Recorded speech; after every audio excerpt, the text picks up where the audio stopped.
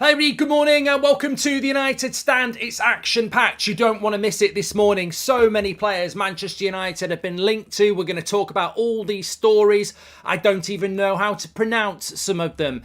You've got ONANA, the Inter Milan goalkeeper, tick. Rasmus HOJLUND at Atalanta, tick. Pavard at Bayern Munich, tick. Manuel Ugarte at Sporting Lisbon. Don't know whether I've pronounced that one right.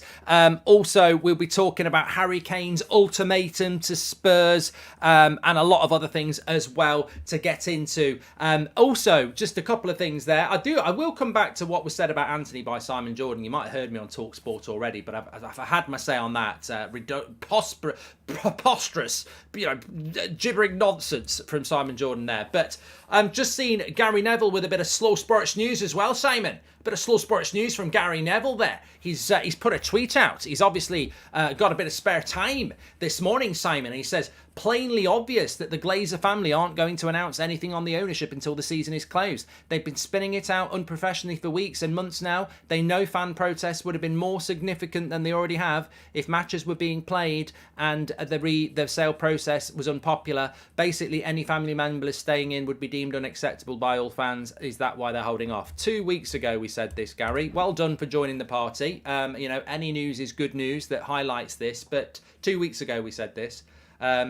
There is not going to be any news before the FA Cup final because they don't want to put out their information that will piss off the fans. So effectively, Gary's a little bit slow on it, but he's absolutely correct. Of course, we're right to have that concern that they're not announcing who the owner are because they don't want protests about them staying. That is still a possibility. But we'll just have to wait and see on that one. I don't intend to dwell on that one too much, but we know that. We've spoken about it. Talking about slow sports news there. A few people in the chat talking about Antony Martial missing out on the weekend. We did it last night. We're not slow sports news here. We're finger on the pulse news. We were live at the time it happened anyway, but we act quickly on the United Stand community, don't we? So make sure you subscribe and smash a like. So let's fly into this, everybody. We're going to be action-packed here. Where do we start? I want to start off with... with something a little bit... I'm going to start off with the striker situation, actually, Cody. I do want to talk about Ugarte. I want to know whether I've pronounced his name right. I've only seen this player play 3 times this season, and I've been very, very impressed with him. If you don't know anything about him, and I have pronounced it well, Peter. Manuel Ugarte, I think he's either 21 or 22. Plays for Sporting Lisbon. Now, as a bit of a background, he is a defensive monster. He's a defensive monster. Manchester United have been linked to him by Portuguese outlets. Now, I don't believe it. And I think today is the day where I'm going to open up the United Stand transfer madness, because we've been doing this for years. I think we do it the best. I know we've got the best community, and I know nobody does transfers like we do because we've been doing it the longest. I've been live on a London street talking about Lozano to Manchester United 8 years ago. I've been on a Mallorcan bloody beach being attacked by a pineapple guy, talking about us signing Firmino or Leroy Sané, and I've been on a balcony, crying because I thought Bruno wasn't going to come. We've done it all on this channel. We've probably spoken about more players than are registered in the Championship, and we love it and we do it well. So we will go through all of the news this morning, but I will officially open up the transfer madness. We are going to talk about a lot of players over the next few weeks. We will not buy hardly any of them. We will think we might buy some of them, and we will file most of them under pure shit. But this is it. We're ready to go. Smash a like on the video, because I've been hinting about this for a few days now. It's open. This is it. We're ready to go. So let's fly straight into some of these stories. So the reason I'm excited to talk about this, so we're going to talk about Rasmus HOJLUND, Harry Kane, ONANA, the Inter Milan goalkeeper, Pavard, and there's a few others. But we're going to start off with Manuel Ugarte of Sporting Lisbon, early 20s, plays for Uruguay. I mean, what a midfield they've got, by the way. Valverde, Ugarte, and Bentancur when he's fit. But so Man United have been linked to him. I think he's going to go.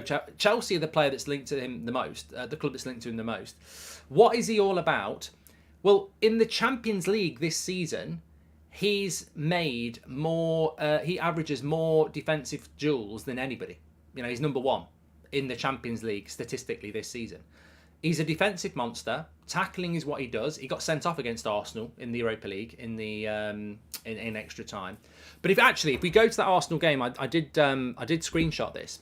So against Arsenal, he had 82 touches, 52 of his 59 passes were completed, 8 passes into the final third, 4 successive dribbles, 8 tackles, 4 fouls, 10 ball recoveries, and 13 duels won, and a red card. But you know, he is a defensive monster, and to be honest with you, I think that he gets a lot of the hipsters excited. And when I say hipsters, I'm not being offensive. I like a lot of these accounts. There are people out there who just, you know, consume so much football, and they're so obsessed with, you know, the next up and coming player, and they analyse games to great levels. You know what? If you serve them up a lasagna, they'd probably put it in their mouth and go, oh, there's a bit of pepper in this, bit of carrots. Have you put a dash of Worcester sauce in? They're technical. They love it. They're hipsters. And UGARTE is a player that there's many of you in the chat, and there's many people out there that like. So I think it will excite people that United have been linked to him. However, I don't think we're going to go in for him. But what I will say is that he is a player that will enhance Liverpool's midfield if they bought him. He would enhance Arsenal's midfield if they bought him. He's obviously going to enhance Chelsea's midfield if they bought him. And he would enhance our midfield because we are crying out for a Casemiro alternative. We are crying out for a player that can play next to Casemiro. The thing about UGARTE is that from what I've seen of him, defensively, you know, relentless. Yeah, really, really good. Offensively, and I mean passing, needs a bit of work on it. Now, if you could bring a player like that in and work him alongside Casemiro, who, let's be honest, is into his 30s, and UGARTE's in his early 20s, I think you've got what we want to have in the goalkeeping situation. You know, a goalkeeper that, let's be honest, is going to be coming towards the end of his career in the next few years, and a younger goalkeeper who can be his succession, but also work with him to learn. And I think that would be the perfect thing. Casemiro and a player like UGARTE would be really, really useful because he's not going to play every week anyway, is he? And he would learn that. What I would like to see him learn from Casemiro is what we've seen from Casemiro this season, is the amazing ability to switch the play from in his own half to Rashford and get him through one-on-one, or the little no-looker pass into Sancho that led to the goal at the weekend. Or the ability to break from midfield at the right time and get on the end of things. So I think that's the area of UGARTE's game that he's got to improve on. From what I've seen, defensively, you know, he's already a beast in that area. But I think working with Casemiro and learning how you can be a dictator of the play from that position is something that we probably, you know, would benefit from. Do I think we're in for him? No. I think it's a bit of a red herring. I think it's a bit of a, you know, Man United are interested in him because we want to bump the price up for Chelsea or something like that. But he is a player that I'd be very interested in. United are linked with Mason Mount, 50 million bid. Sky Sports News says United. Slow sports news. Slow sports news there. We know that we're in for Mason Mount. Let's have a look what people are saying. I'm afraid these transfer window would be exhausting as the previous ones, and the leeches stay to make sure we've had bad windows, says Paolo. And if we played Casemiro with UGARTE, we would smash opponents, but our offence would be average, says Al. But yes and no. I think that if you bring a player like that in, you develop. Ten Hag would... Look, Ten Hag won't be in this for this player because he thinks he's not good on the transition. Or Ten Hag will be in this for this player because he thinks he can develop him into being better on the transition with the ball at his feet. But I'm telling you now, if you go and play Casemiro and UGARTE away at Anfield, we'll have a better chance of not getting beaten 7-0. You know, we need to have that type of player. I agree with Ethan. I think Caicedo is the better option, but United don't seem to be in for Caicedo. I'd argue that Declan Rice is the better option, but he's way more expensive. So let's see with UGARTE. I think he's interesting. I wanted to spend a bit of time on him because you've probably seen the name mentioned a lot. It gets mentioned a lot. On social media, it gets mentioned a lot. We should be in for UGARTE. So I thought, well, it's worth talking about it now that we've been linked to him so you can understand what type of player he is. For me, I think he's defensively unbelievable, but I think the passing game would need to improve a lot for Manchester United and Ten Hag to be interested. Go to the striker situation. Rasmus HOJLUND is being mentioned again. This is going to happen because of Harry Kane. There was a story in the UK this morning that Harry Kane has basically threatened Spurs, saying, if you're not letting me go to Manchester United this summer, I'm running my contract down. And he's comfortable to do that. He's not going to put the transfer request in because ultimately he probably thinks if he does, it's futile because Spurs still won't sell him. So Harry Kane's stance is going to be that if you're not letting me go to Manchester United and you're not willing to sell me, which they're not, I'll run the contract down and I'll leave for nothing in a year's time. So that doesn't really move the needle with Manchester United because we know that Spurs don't want to sell Kane. But what it does is, and it's good and it's bad, it leads us into this world of, well, what are we going to do next? What are we going to do now? Where are we going to go? We spoke about Ramos on the show last night. Osimhen is the high, that most of us want that we don't think we'll get. And then we're going to have other strikers, and we're going to get linked, as a warning, we're going to get linked to a hell of a lot of strikers unless we move quick. And I don't see us moving quick on the striker. I don't. It's the most important thing we need. And I think Ten Hag would like it done ASAP. But I don't think we're going to move quick on the striker. So I think that you will get stories about Rasmus HOJLUND. I would like Rasmus HOJLUND. I've got this feeling he's going to be... I'm not saying he's going to be Erling Haaland, but I've got a feeling he's going to be really, really good. But the problem with Rasmus HOJLUND is, and even his manager in Italy has said this, he's not the finished article. He's still got to develop, and really, beneficially, it would be better for him to stay where he is for another year. Sir Alex at the LMA Award to Pep yesterday's gold. Give it a watch. Pep didn't mention Ten Hag. The awarding system in the Premier League is scandalous, says Daniel.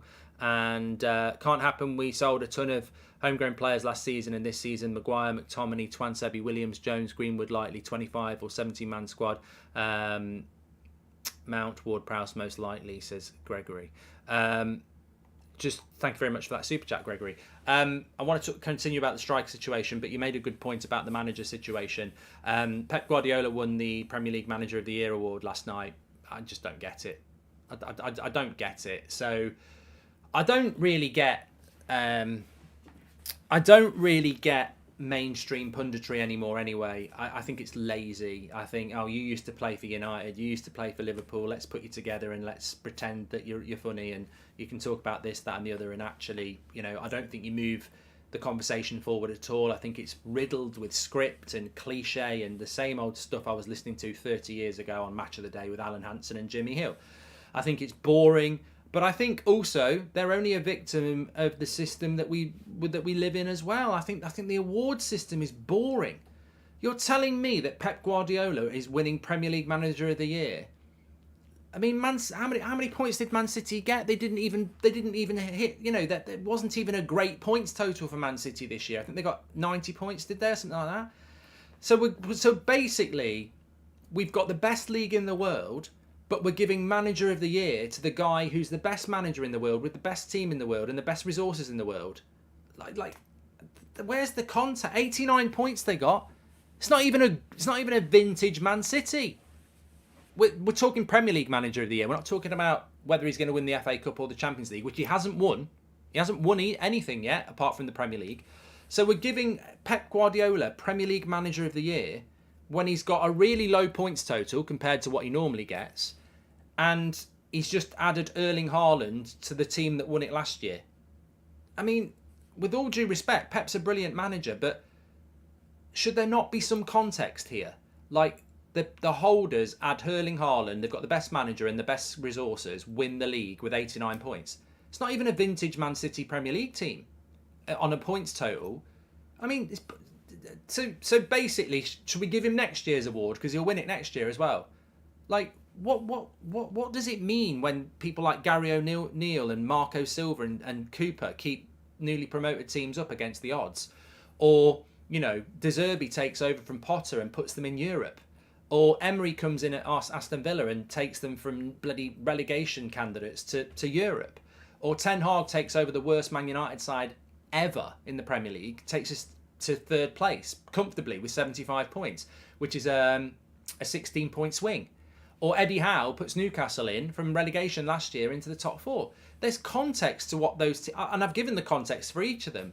I don't get why Pep just gets given Premier League Manager of the Year. It's lazy. I don't know why they do these award shows. What's the bloody point? Put your suit and tie on, your dress. Let's all have an expensive night out, quaffing champagne, and give an award to somebody. That's fucking boring. Why can't we be innovative? It's 2023. Like, there's bloody AI exists. I'm sure they can ramp something through AI that can come out with a paragraph of why Pep Guardiola contextually isn't the best manager in the league this year. Well, we've crunched the numbers, and when you look at Bournemouth and what their capacity is and their revenue and the percentage chance that they were 99% chance going to get relegated and were comfortably kept up, Gary O'Neill has to be manager of the year. You know, I just want a bit of context. Stay where he is at. Mark, didn't we just miss out on HAG? We should be fighting to develop players, not waiting until they're at Bellingham. So CGI. Scott welcomes Members Club. Yeah, look, going back to the striker situation, Rasmus HOJLUND has been linked heavily to Manchester United for a few weeks. We have been scouting him for months, and he is definitely a player that Erik ten Hag wants. The problem that Erik ten Hag has is that if you buy Rasmus HOJLUND for 50, 60 million pounds, that's your striker. Is he ready to play up front for Manchester United next season? Probably not. He's very, very, very, very raw.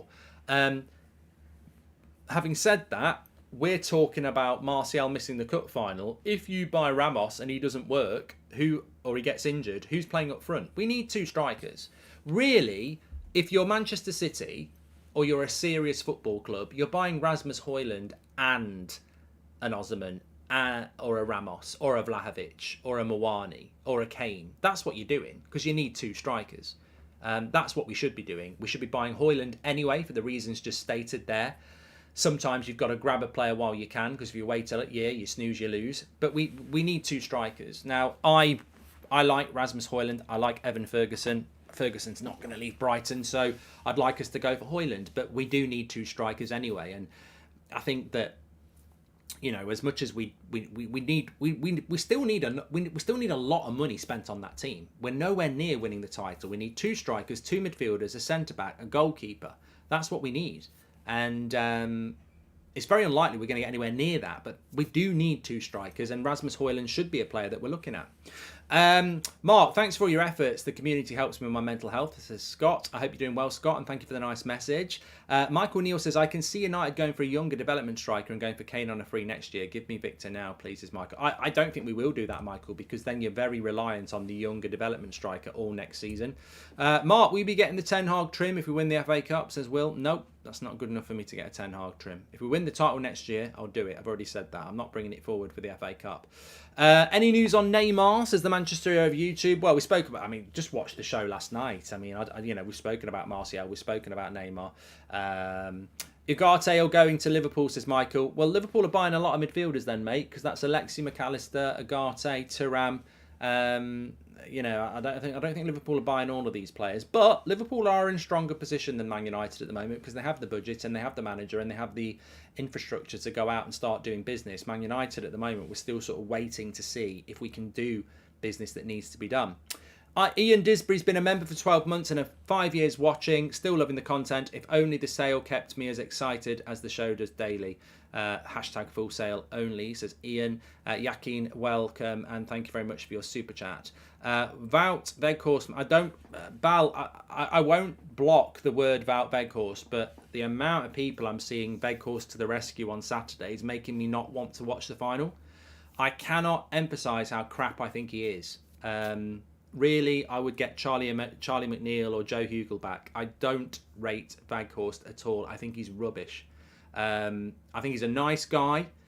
You know what I'm doing here as well. I'm trying to, jinx it. I'm hoping that by continually saying that he's rubbish, there's going to be a hat trick on Saturday. But I don't want him anywhere. We're playing the best team in the world. Weghorst doesn't look good when he plays the worst team in the world. So Weghorst to the rescue is the sort of fairy tale bullshit that just makes me scared about Saturday, to be honest. We will sell 5 homegrown players this window, says Gregory. McTominay, Greenwood, Maguire, Twansebi, Williams. we have to have 17 foreign and 8 homegrown. We will only be buying homegrown players. Kane, Mount, etc. McTominay sale helps with financial fair play, says Gregory. Well, I don't think Greenwood's going to go anywhere. I think Henderson's another homegrown player that you've missed out there, but I don't think Greenwood will go. And I'd be very surprised if Maguire and McTominay go as well. But we'll see. Why not go for Latoro? A better version of Aguero, brings leadership, fighting spirit. I don't think he's better than Aguero, Alden. You lost me there. Anybody think Latoro Martinez is better than Aguero? I don't. What's your ideal summer window? Does it include a goalkeeper, says Shantanu. Well, Shantanu, you've moved the story on very well there. We've spoken about HOJLUND. We've spoken about UGARTE. Let's talk about this Italian report saying that Manchester United are interested in the Inter Milan goalkeeper, ONANA, for somewhere between 40 and 50 million euros. Now, does ONANA take your fancy as a Manchester United goalkeeper? I'm sure he would. I mean, this is the guy that I think he'd be happier playing in the number 10 role. He loves... you talk about a player with the ball at their feet. He absolutely loves the ball at his feet. Of course, formerly with Ten Hag. I don't remember what the relationship with Ten Hag was like. Wasn't there a bit of a falling out within an Ajax? And I don't know how or what that had to do with Ten Hag in his lap. Excuse me. Oh God, I'm so tired. Don't know how much that had to do with Haaland. With Ten Hag, but. He is, he's a ball-playing defender, a ball-playing goalkeeper. Had a very good season with Inter Milan, obviously. But I would file this under nonsense. I don't see all this happening. I feel Mount is going to be our first signing, says Ronnie, and I don't see Manchester United getting ONANA. I really don't. He's a great shot stopper as well, says Artist. He's got an attitude problem though, says Hi. He was caught doping and got banned, says Joaquin. He makes mistakes, says Yazim. Look, what I'll say about ONANA is not for me.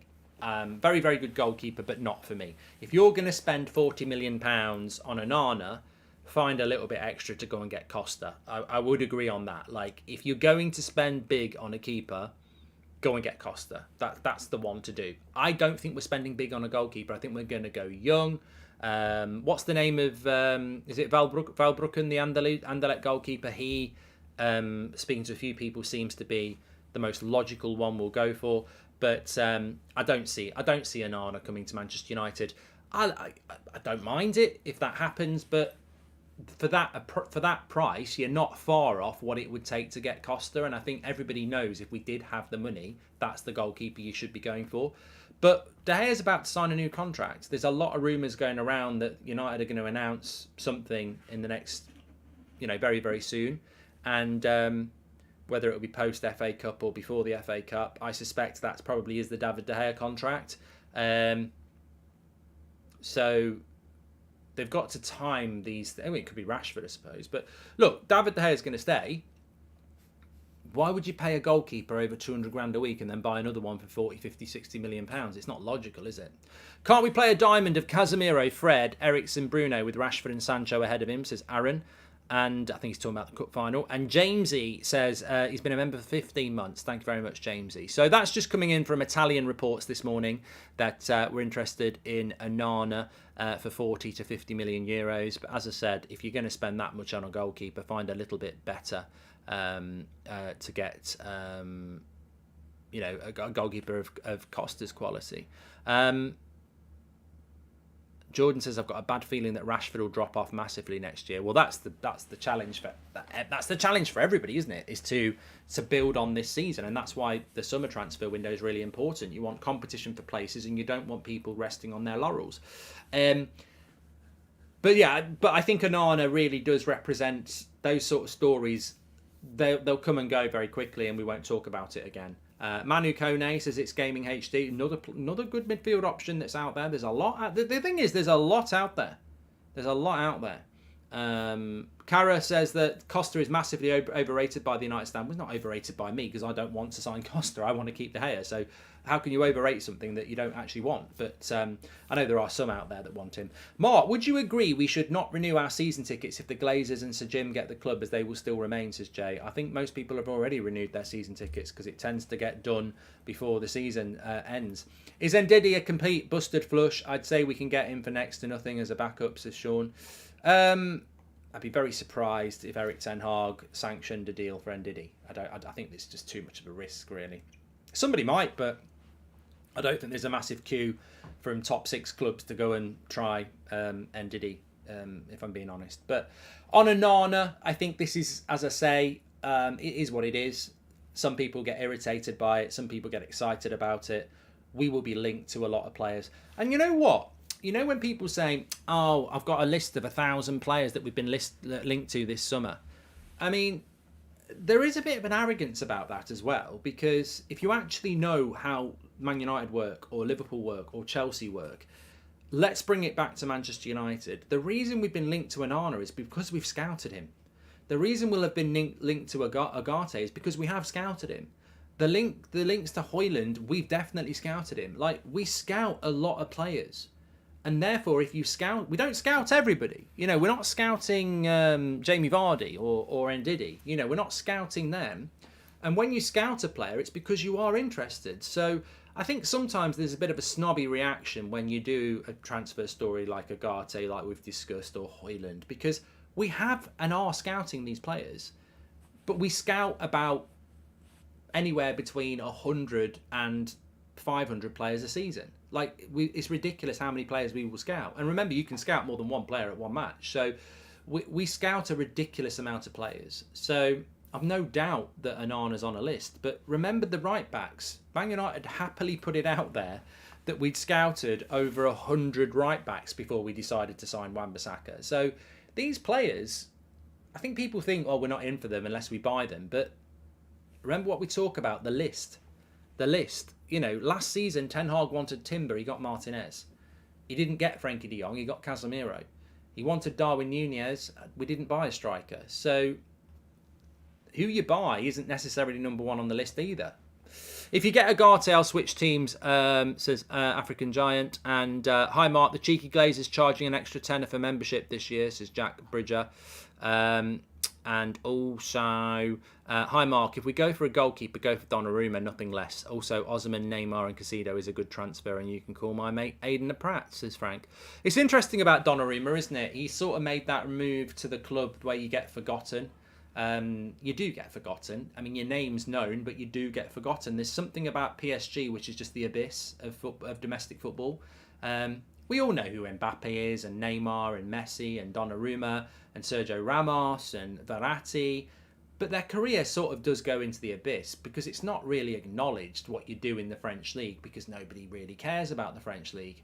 And, you know, the Champions League it's not many games for PSG, especially if they get knocked out. So there are still, you know, Donnarumma is still a really good goalkeeper. But, you know, again, I suppose you've got that Qatari connection, haven't you?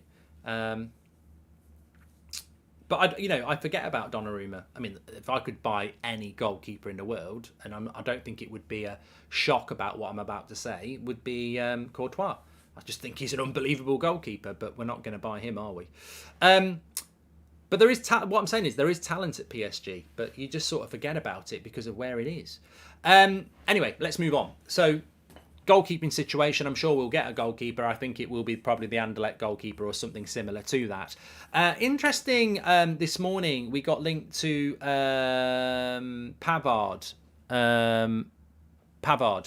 of Bayern Munich. And I bring this in because it's, I mean, this is boring. You know, sometimes there's a transfer story that's boring.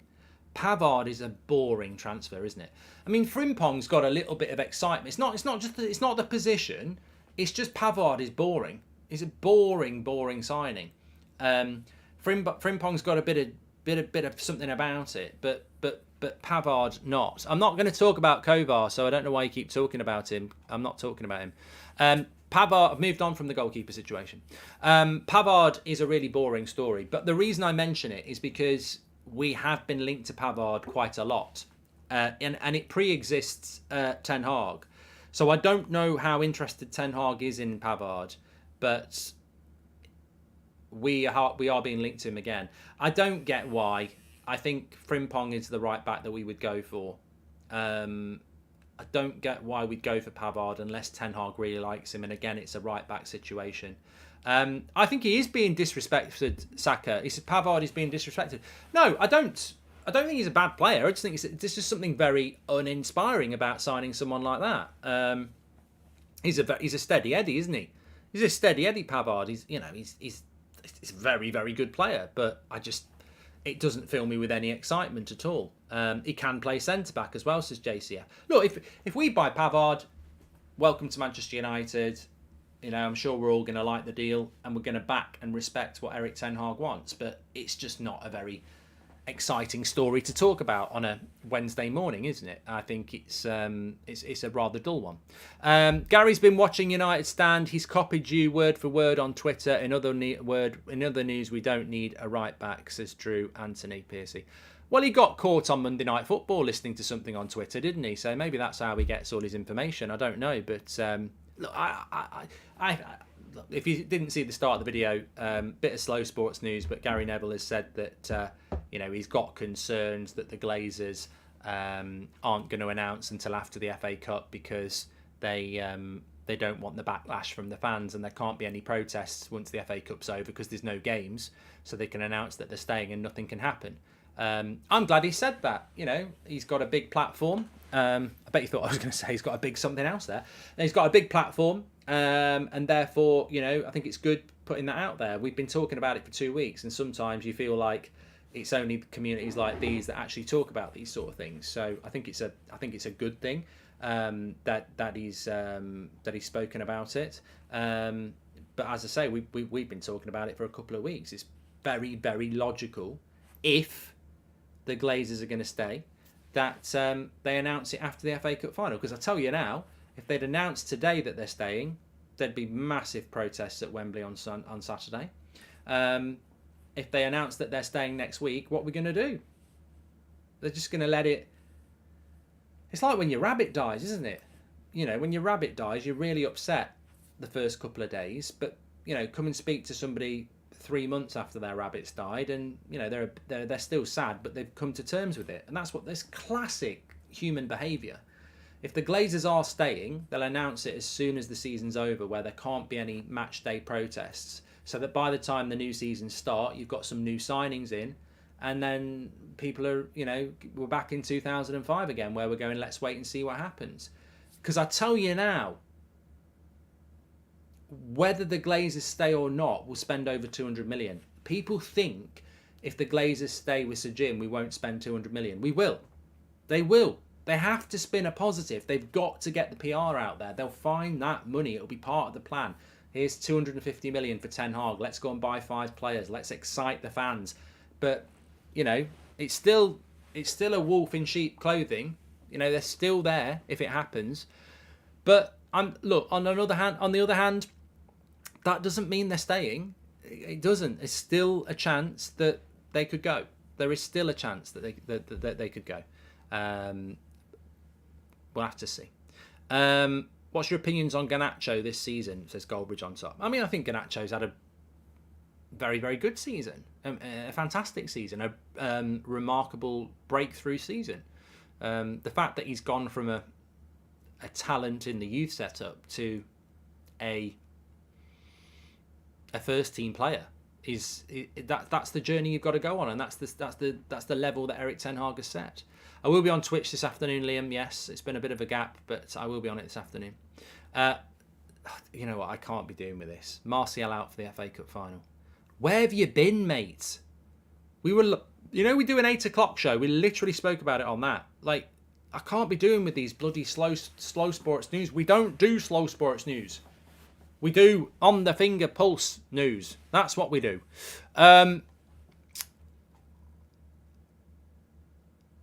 we need to sign Casemiro back up and a top striker as a priority. We do. You're absolutely right, Kenny. You're absolutely spot on. We definitely do. But yeah, I would agree with what a few people say. I've said it myself. I think that with Eric I've had a brain blank. I'm getting old. It's time to retire. I can't remember what I was going to say. I do agree that. You know what it is? I start reading other stuff. Simon Jordan says, Yazzie. Now I'm going to talk about that in a minute. Could be they're going, but they don't want to be mocked by the fans if they announce it before. They want to get all they can out of the club before they go, says Glenn. Good theory. I'm hoping all you Man United Glazers out and Ineos supporters will be taking your banners to the FA Cup on Saturday, as many as possible, especially if the Glazers are there, says Angie. The world will be watching on Saturday. Perfect opportunity to make a huge statement with protests, says Thomas. I think, just before we move on, I do think that you've got to respect the fact that every United fan has the right to an opinion, and people are conflicted here. There are people that want the Glazers out and a full sale, but they don't want a Man City ownership model. There are people that want Sir Jim, but don't want the Glazers to stay. So there are people that are almost walking into the trap of hypocrisy, and they know it. Like, we want the Glazers out full sale, but we don't want Qatar. We want Sir Jim, but we don't want the Glazers to stay. I think there's a lot of people that are sort of conflicted, and maybe that's lead. And also, I think people are just waiting to see what's going to happen. If Sir Jim cares about Man United, he should pull out, says Carl. Well, he doesn't. He would deny that and say, I do care about Man United, and I've got a plan as to how I'm going to run this football club. Just a quick, I've just been asked to check a tweet here, so let me just do it for you. I want to talk about that Simon Jordan Antony thing, because I was on the radio this morning. You might not have heard it, but I do want to talk about that. So apparently Manchester Evening News are saying that Manchester United have halved their asking price for Anthony Elanga to £10 million. I think that's about right. Loved your take on TalkSport this morning, says Dazza. I will repeat it in a minute and go through it for those who didn't see it. £10 million for Elanga. I mean, if we were going to get £20 million for him, we were doing very, very well. I mean, Elanga, I like Elanga, and I think he's Day in the Life of Dave says I'd take £5 million.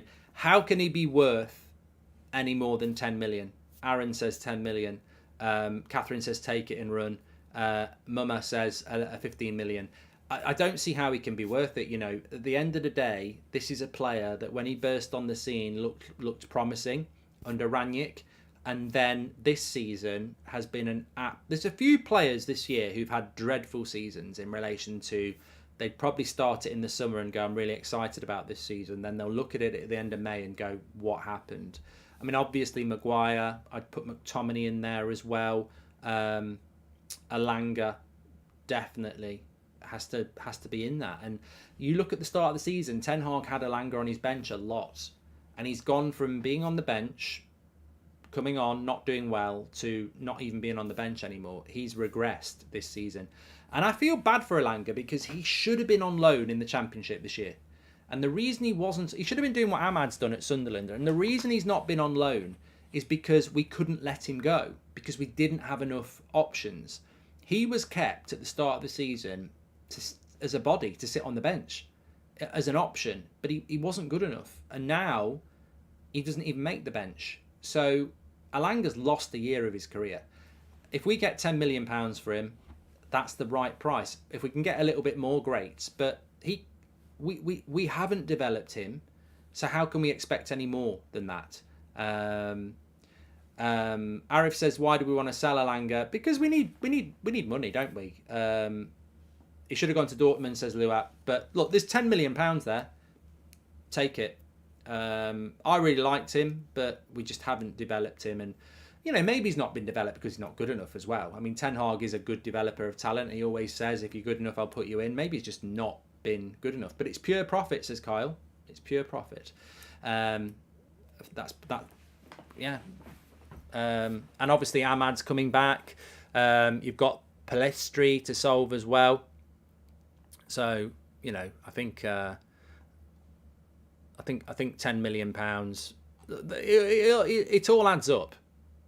At the end of the day, it all adds up, doesn't it? If you get 10 million for Elanga, get 10 million for Brandon Williams, that's 20 million. You get 5 for Tellez, you get 5 for Bailly, or maybe 10. You've got about 35 million there.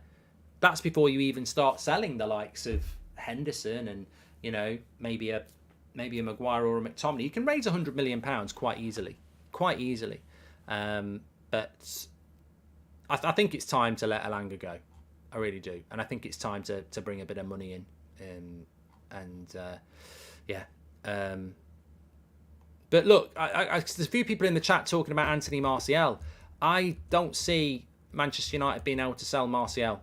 I really don't. I mean, the world is not the sort of club we need to buy Martial is us. We're looking for a stupid club. We're looking for stupid, naive recruiters, and unfortunately, we are that club. I don't see a club that's going to come knocking on the door and go, oh, Anthony Martial was a good player a couple of years ago. Let's ignore the fact that he can't play more than an hour and he's been injured 6 or 7 times and he's on 200 grand a week. I can't see a club in world football that's going to go, we like that deal.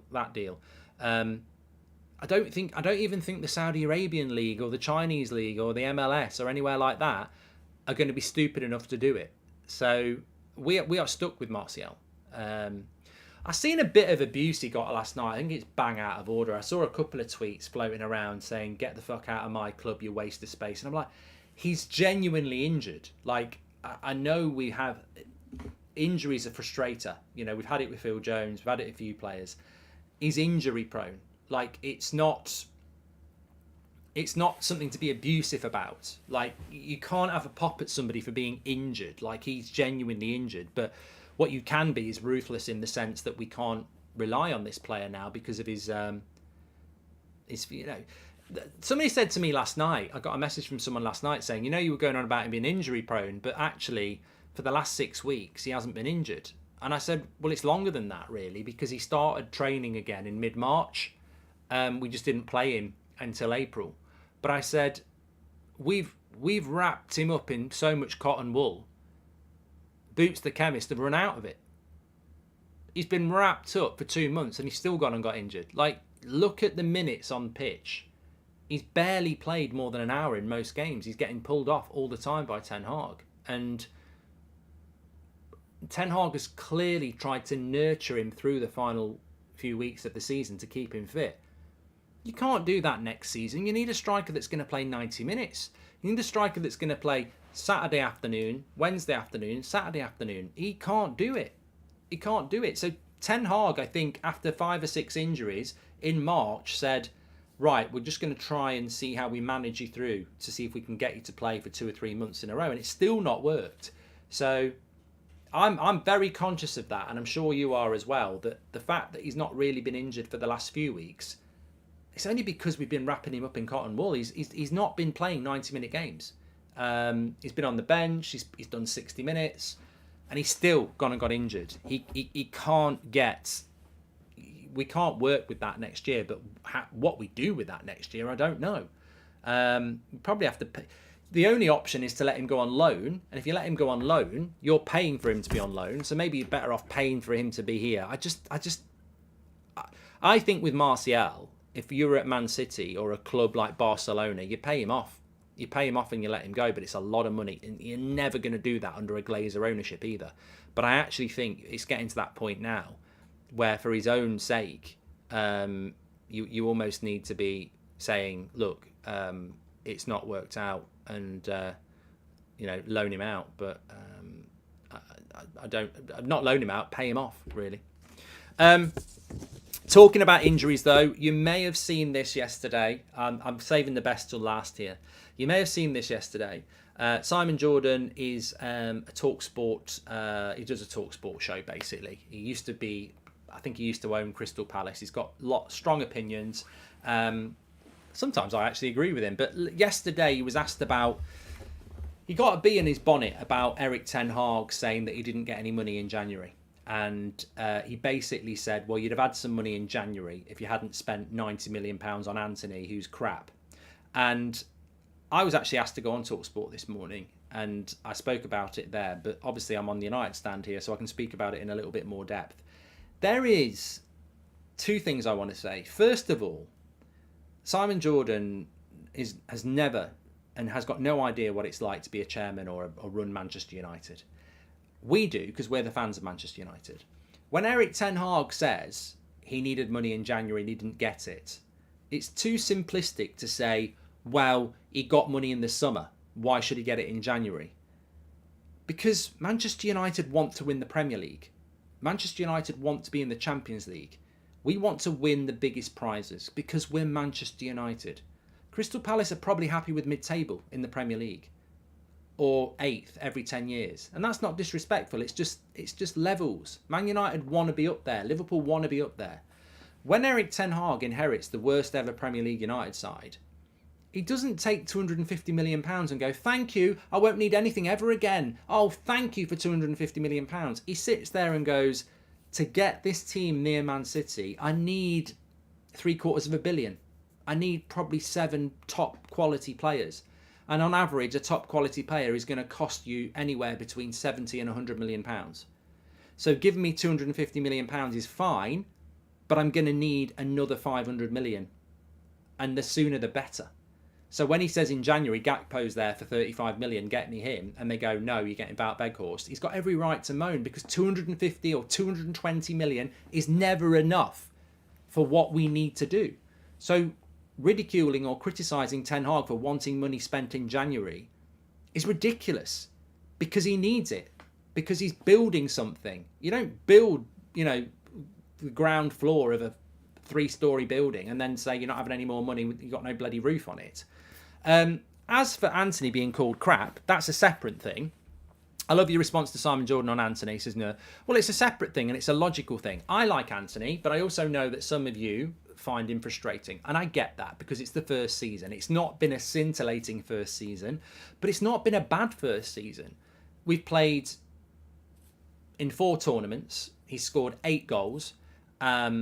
He's not getting enough assists. I think he's got 3 or 4 assists. We need way more assists from him. But the moment that turned British punditry against Antony was the spin. That when he did that, we don't like that in this country. I do. I think football's fun. But when he did it, even I was like, ooh, it's a bit of... If you do, it's shithousery. I remember Richarlison doing it against us, where he was doing the head tennis. But surprise, surprise, it's Brazilian flair, South American flair. They like it, they do it. We don't like that sort of thing in our country. But whether we like it or not, unfortunately, that incident and his flair is why people don't like him. Because it's an agenda. It's become an agenda. It's not about whether Antony's a good player. And the thing is, we need Antony on Saturday. We're playing the most attacking side in the world, and they're going to push high up the pitch. And our best defensive winger, and you have to be a defensive winger, is Antony. His flair is his aggression. He's always getting in people's face. He is a shithouse. But you need those sort of players. He gets in people's faces. He tracks back. He works hard. We need him. How can he be crap when he's got 8 goals in his first season in this country? He's had numerous injuries. He works hard. He actually does care. He's a very, very, very, very big work in progress. But he was the most exciting signing we were linked to last summer. I said, I really like this player. From what I've seen of him at Ajax, I really like him. I don't think we've seen the real Antony yet. I don't think we've seen the real Ten Hag yet, in the way that he wants to play.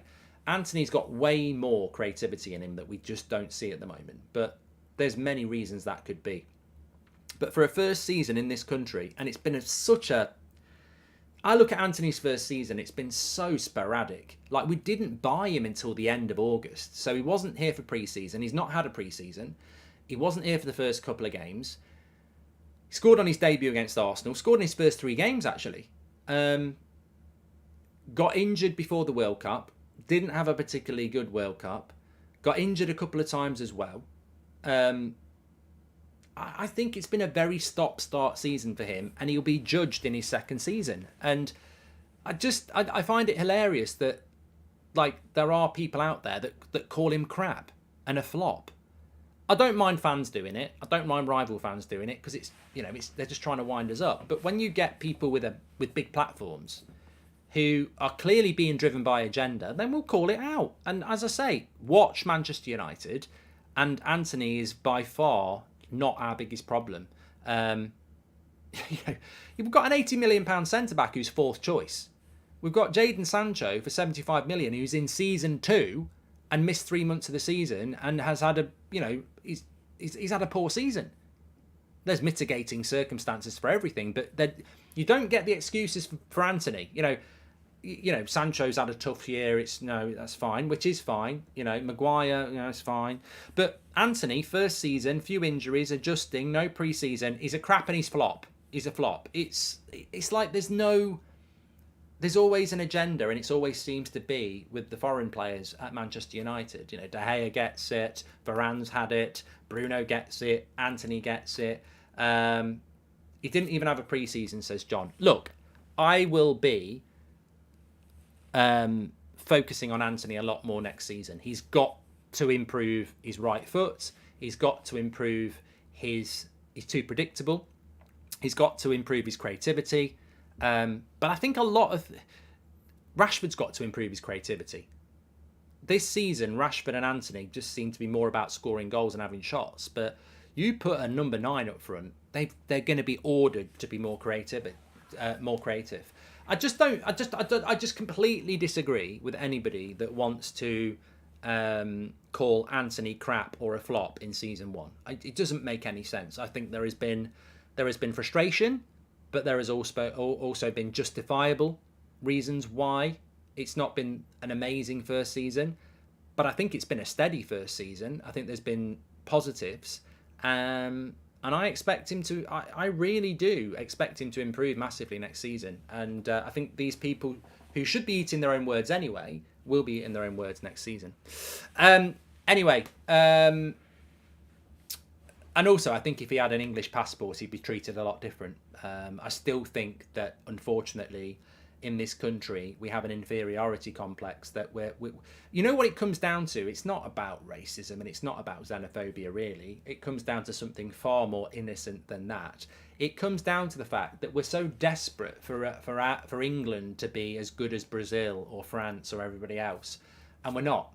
So we overcompensate with ourselves and overrate our players, and we try to diminish the talent from other countries coming in.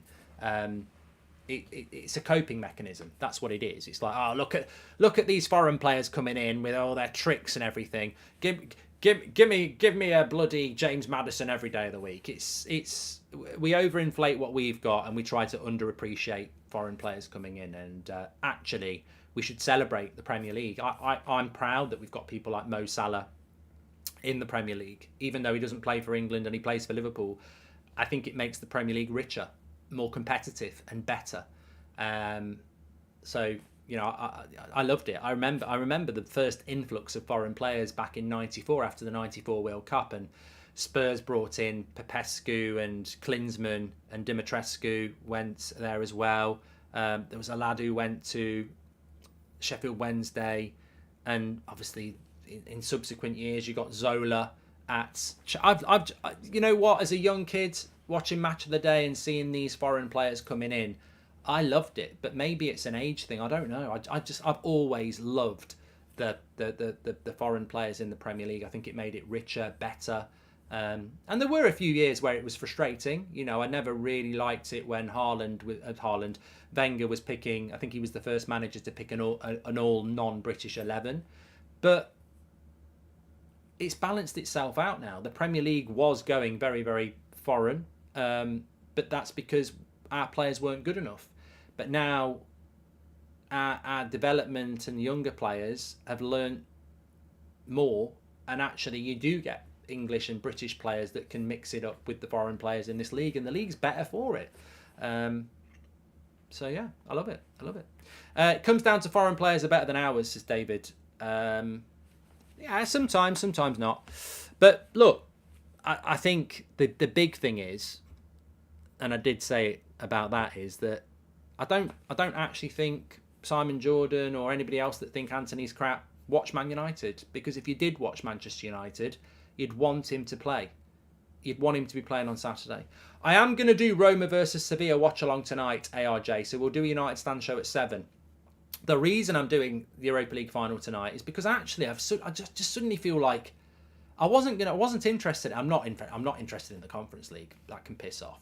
But the Europa League, Mourinho, I always liked Mourinho, even though we needed to sack him. I just, it's a European. I do actually have a bit of excitement for it, so I'm going to do it, yeah.